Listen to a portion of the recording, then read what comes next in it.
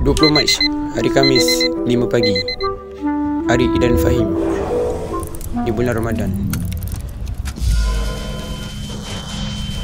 Berbulan pagi. Tengok sebelah kiri dan kanan, ada perbezaan tak? 8 pagi, kelas baru je bermula. Arik dah tidur. 10 pagi, tidur lagi. Pakai slap pula tu. Tengok Fahim tu. 12.30 hari. Arik main catur, Fahim sapu sampah. 1 tengah hari.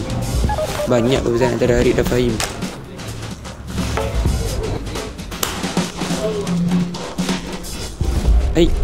Hilang. Oh, sorry.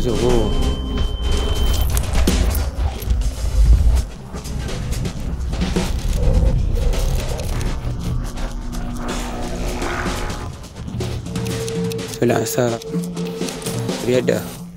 Arik macam biasa. Okey, 7 malam. Arik dah buka dah. Fahim.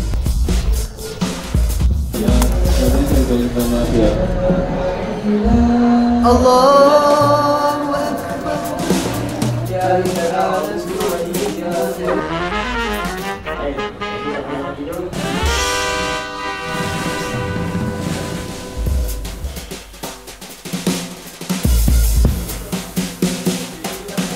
Ramadan bukan hanya tentang menahan lapar, tetapi juga menahan diri dari hal yang sia-sia.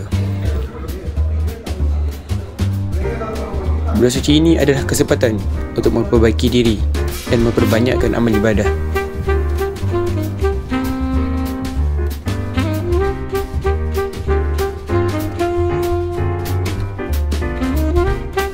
Jadi, anda seperti siapa?